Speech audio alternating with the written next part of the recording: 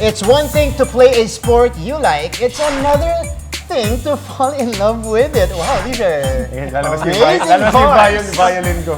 Hashtag bars. Okay, so much that you build a life around it, including an organization and a community who share the same passion for it.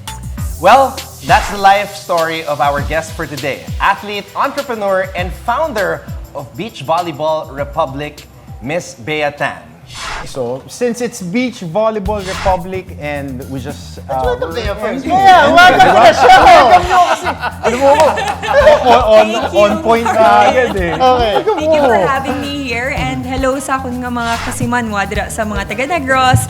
Bantayan nyo kami ang Beach Volleyball Republic kag syempre may mga other sports pag kita nga indoor volleyball this September and October also. So, Okay. those are some of the things.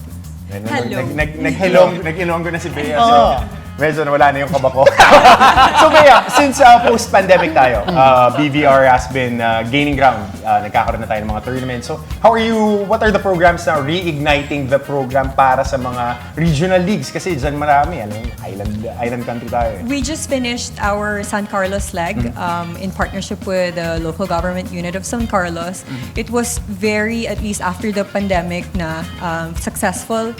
We had a local tournament sa mga locals, because especially with the sport, how you grow it is to make sure that your bread and butter, which are the athletes, are well they have exposure in terms of tournaments. So sa local tournament namin, we had 29 teams. And in the main tournament where we had at least Manila teams and the other locations like Cebu and places in Davao and Mindanao, we had 24 teams as well. So, you know, it was a good run and we're very excited again to have another one in Negros, and we made a sub-leg which is a Negros Island Beach Volleyball Tour to really promote locally, provincial legs and, you know, to create more talent for the sport. You've been mentioning, Bea, like the tours you've been having. There's really potential with beach volleyball, and that's what, you know, we are trying to maximize.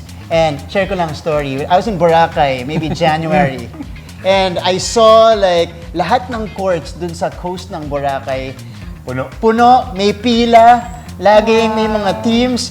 I recorded some, lagi kong tinatag si Z at saka si Charo. Yeah. Sabi ko, this is your doing. This is why beach volleyball is so popular right now. It's because of BVR, Beach Volleyball Republic. So how important is it for you to go through that grassroots approach and, you know, just cultivate the interest of our locals in the different regions? It's actually the pandemic that gave us a good point of view, a good purview of how we can restart again beach volleyball. Definitely, we need to beef up the grassroots level.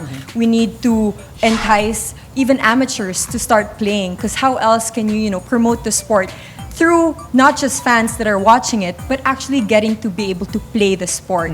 And that's where the idea of Negros Island Beach Volleyball Tour came in, to be able to give the opportunity for athletes or just interested individuals to be able to play the sport, to take it up, to get better. Because how we get better, because I played myself also, is really through game exposure. So why would you train if you don't have tournaments? And that's where Beach Volleyball Republic comes in terms of not just creating, big events, big tournaments wherein we invite international teams and maybe field in just 4 Philippine teams. We want to start grassroots. We want to be able to say that here in Negros, we have 50 teams that are ready to play. Here in Cebu, we have another 50 teams that are ready to play. So from there, you can think long term, because you don't just have to rely on just 24 teams nationwide to be able to create these tournaments. And having these tournaments don't just really promote the sport and also develop athletes, but it also gains traction, gains fans and all. And that's why Beach Volleyball Republic is there, to like put it up on a pedestal as well. Para rin may makapanood din and may maengganyo.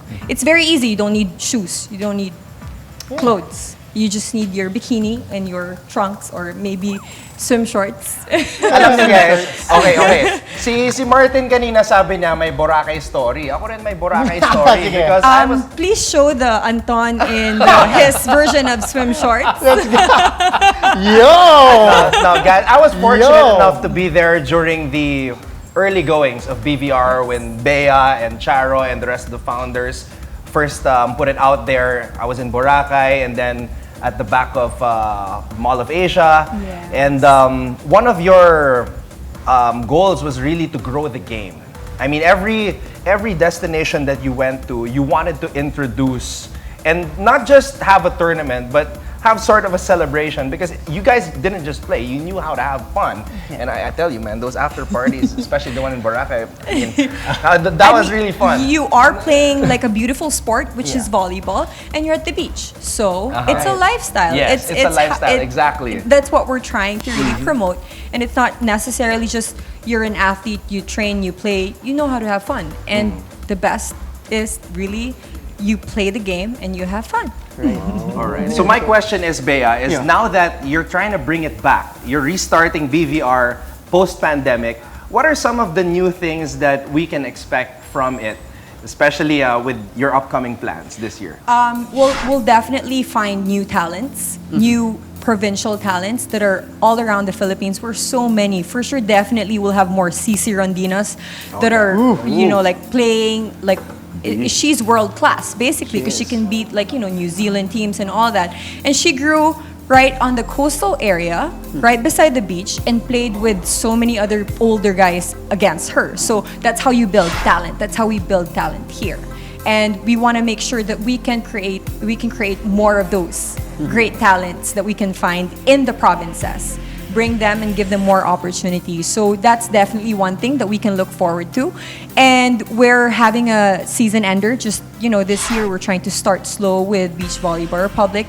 We'll have, before this year ends in November, we'll be in Hinubaan in Negros Occidental. Okay, Bea, thank you so much for joining us here. And sana po nag-take notes yung mga kapuso natin because, you know, we are seen in the different regions through GMA Regional TV, and I'm sure for those of you who are interested in joining the programs of BVR, nila Miss Bea Tan, go ahead and, you know, just show up.